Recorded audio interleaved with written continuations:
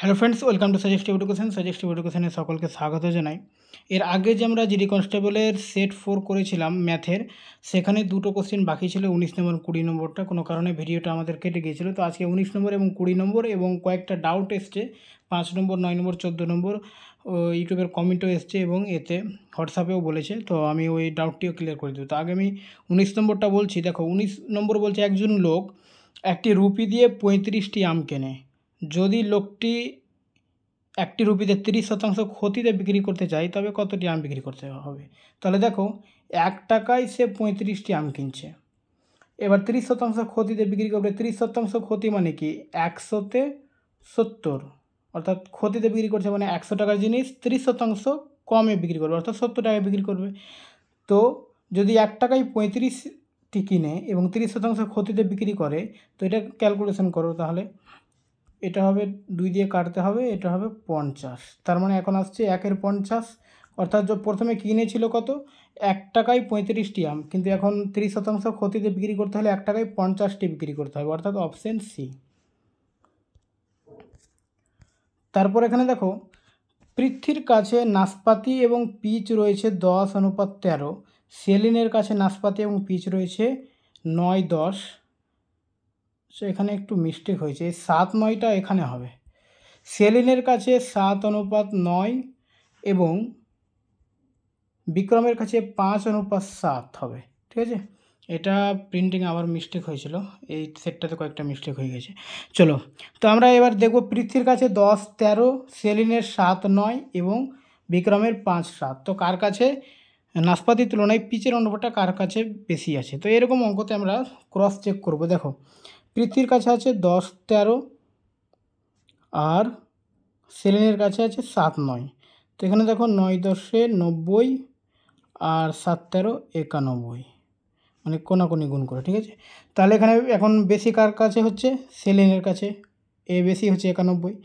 আবার সেলিন আর বিক্রমের যদি ক্রস চেক করি 5-7, তাহলে 7-7-এ 49 আর এই 5-9 45। এখানেও কিন্তু সেলিনের কাছে বেশি হচ্ছে, 49 হচ্ছে। তাহলে এই ক্রস চেকও সেলিনের কাছে বেশি, এর কাছেও, তো অর্থাৎ সেলিনই হবে উত্তর। ঠিক আছে, এবার চলো 5 নম্বর যে ডাউটটা ছিল। 5 নম্বর কোশ্চিনে একজন বলছিল যে 675 কীভাবে এলো। আচ্ছা দেখো, আমি এই অঙ্কটা এইভাবে করেছিলাম।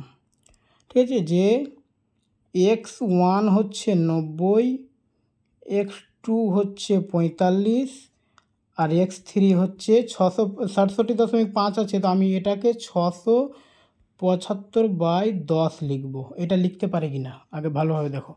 67.5কে আমরা 675/10 লিখতে পারবো, কারণ এখানে দশমিক একটার পরে আছে, তো আমরা নিচে একটা শূন্য লিখতে পারবো, অর্থাৎ 10 লিখতে পারবো।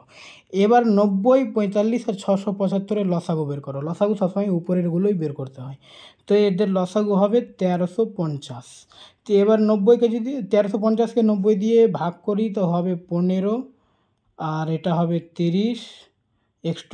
আর 675 দিয়ে যদি ভাগ করি, তো আমরা 2 পাবো, কিন্তু নিচে 10 আছে, তো এটা গুণ হয়ে যাবে। তো 1350কে যদি 675/10 অর্থাৎ 67.5 দিয়ে ভাগ করি, তো এটা হয়ে যাবে 20। ঠিক আছে, এবারে অঙ্কতে কি বলেছিল যে x2 13.5 দিন কাজ করেছে, 13.5 দিন কাজ মানে আগেই ছেড়ে চলে গেছে, এই কাজটি করেনি। তো আমরা কাজটি করাবো। তো x2 একদিনে 30টা কাজ করে, তো 30টা কাজ করে, তো 13.5 দিন, অর্থাৎ 13.5 দিনে কত কাজ করবে? তো এটা হবে কত? 3-5-এ 15, 3 3 9 10, 3 405টা কাজ করবে। ঠিক আছে, তো এই 405টা কাজকে আমরা এখানে যোগ করে দেবো। তো এখানে যোগ করে দাও, 10 5, এখানে 5, 4 3 7, 1755। এবার এদের টোটাল বের করতে হবে, কারণ তাহলে বাকি কাজটি কত দিনে সম্পন্ন হবে? তো বাকি কাজটি দেখো, ওখানে 20, 30, 50 আর 65। ঠিক আছে, 50 আর 15 যোগ করলে 65। তো 1755কে 65 দিয়ে যদি আমরা ভাগ করি, তো এটা উত্তর 27 আসবে। ঠিক আছে, এটাকে ভাগ করে নিয়ে দেখে নাও। 65 দিয়ে 130, আর এখানে তাহলে 30, তার মানে এখানে 5, 455, অর্থাৎ 5 7 35, 5 6 30। তো 27 উত্তর আসবে 1755কে 65 দিয়ে ভাগ করলে। ঠিক আছে, তারপর হচ্ছে 9 নম্বর।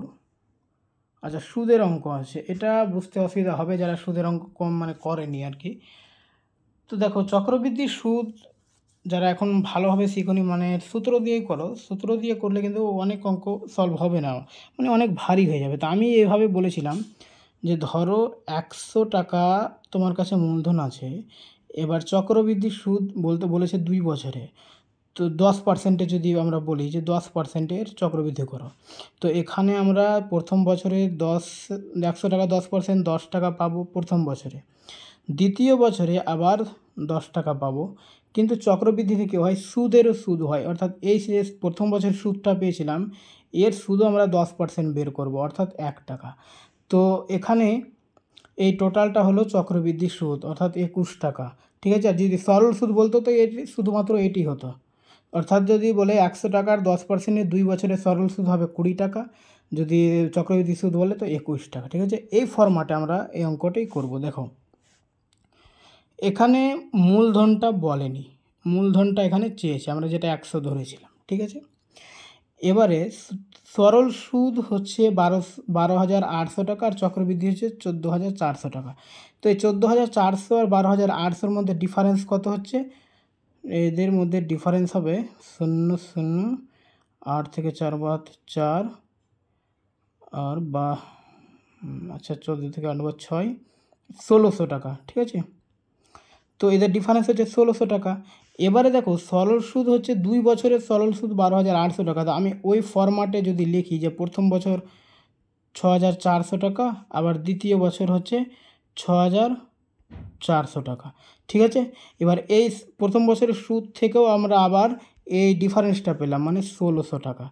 এবারে তুমি দেখো মিলে গেছে জিনিসটা, যে এই সরল সুদ যদি বলি শুধু এই সুদটা হচ্ছে 12,800 টাকা, আর যদি তিনটা মিলিয়ে মানে চক্রবৃদ্ধি সুদ বলি তো 1600 টাকা হবে। ঠিক আছে, এবার এখান থেকে আমরা কী বের করব, এইখানে কিভাবে আসবো এটা দেখতে হবে। তো 1600 টাকা 6400 টাকা থেকে, অর্থাৎ 6,400 থেকে 1600 টাকা কীভাবে হচ্ছে, তো এর 25% দেখো, আমরা 6,400 যদি 25% বের করি তাহলে 1600 টাকা হবে।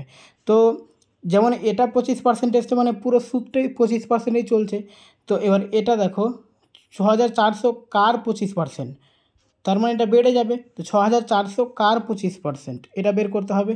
তো আমরা যদি বলি যে 100-তে 25, তো 6,400 মানে 25 মানে যদি 6,400 হয়, যেহেতু এটা 25%, তাহলে 100 মানে কত, মানে মূলটা কত। ঠিক আছে, তো এটা যদি আমরা ক্যালকুলেশন করি তাহলে কি হবে, এটা 4 গুণ, তো এটাও 4 গুণ 256, অর্থাৎ 25,600। ঠিক আছে, আশা করি বুঝতে পেরেছো এবার। তারপরে হচ্ছে 14 নম্বর অঙ্ক। 14 নম্বর অঙ্কতে বলেছে, আচ্ছা 14 নম্বর অঙ্কটা বুঝতে অসুবিধা হয়েছে, কারণ হচ্ছে এটা আমি অপশন টেস্ট করেছিলাম।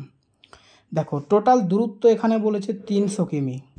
ঠিক আছে, এবার বলছে যে 60 মিনিট দেরিতে ছাড়লো এবং প্রতি ঘন্টায় 10 কিমি গতিবেগ বাড়িয়ে দিচ্ছে। পুরো অঙ্কটাকে পড়ে নাও। একটি বাস নির্ধারিত সময়ের চেয়ে, মানে নির্ধারিত যে সময় রয়েছে তাতে 60 মিনিট দেরি, অর্থাৎ 1 ঘন্টা দেরিতে ছাড়ছে। এবার দেরিতে ছাড়ছে তার মানে ওর দেরি হয়ে গেছে, কারণ এবার ও কী করবে, গতিবেগটা একটু বাড়িয়ে দিচ্ছে, ওই ঘন্টায় 10 কিমি বেগে চলে যাবে, মানে আগে যে বেগে চলতো এখন 10 কিমি বেগে বেশি চলবে। এবারে দেখো, যদি আমি অপশন টেস্ট করি তো দেখো 60 কিমি যদি ওর নির্ধারিত গতিবেগটা হয়, তো এই 60 কিমি গতিবেগে ওর যেতে সময় কত লাগবে, 300 কিমি 5 ঘন্টা সময় লাগবে। 1 ঘন্টাতে যদি 60 কিমি যায়, 300 কিমি যেতে ওর 5 ঘন্টা সময় লাগবে, যদি ভাগ করে দেখি।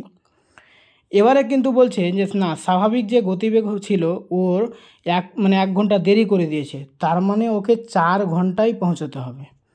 ঠিক আছে, 5 ঘন্টা লাগতো স্বাভাবিক, কিন্তু দেরি হয়ে গেছে ওর, 4 ঘন্টায় ওকে পৌঁছতে হবে। এবার 4 ঘন্টা পৌঁছানোর জন্য সে 10 কিমি গতিবেগ বাড়িয়ে দিচ্ছে, মানে এই 60 কিমিটাকে 70 কিমি করে দিচ্ছে। তো ওকে 4 ঘন্টায় কি ও 70 কিমি গতিবেগে যদি যায় তো 280 কিমি যাবে, তার মানে 300 কিমি পুরো যেতে পারছে না, তার মানে অপশান এটা হবে না। এইভাবে আমি করেছিলাম। ঠিক একই রকমের অপশান সিটা দেখো, তো একইরকমভাবে 30টাও দেখবে, তো ওটা হবে না, যেহেতু এর আগে করিয়ে দিয়েছি আমি, একবার সিটা দেখে নিচ্ছি। যে যদিও সে 300 কিমি দূরত্ব 50 কিমি বেগে যায়, তো টোটাল 6 ঘন্টা টাইম লাগবে। ঠিক আছে, কিন্তু ওই 60 মিনিট দেরি, অর্থাৎ 1 ঘন্টা দেরি করেছে, তার মানে ও 5 ঘন্টায় ওকে যেতে হবে। এবার 5 ঘন্টায় যাওয়ার জন্য কম টাইমে যাওয়ার জন্য সে 10 কিমি বাড়িয়ে দিয়েছে, অর্থাৎ আগে ছিল 50 কিমি তার নির্ধারিত গতি, কিন্তু 10 কিমি বাড়িয়ে 60 করে দিয়েছে। এবার ওই 5 ঘন্টাতেও যদি 60 কিমি পার ঘন্টাতে যায়, তাহলে ও টোটাল 300 কিমি চলে যাচ্ছে। তার মানে আগে 50 কিমি বেগে 6 ঘন্টাতে চলে যাচ্ছিলো 300 কিমি, এখন 10 কিমি বাড়িয়ে অর্থাৎ 60 কিমি বেগে সে 5 ঘন্টাতেই চলে যাবে 300 কিমি। তো উত্তর হবে, তার নির্ধারিত গতি ছিল 50। ঠিক আছে, তো এই ছিল তোমাদের অঙ্ক। ওকে।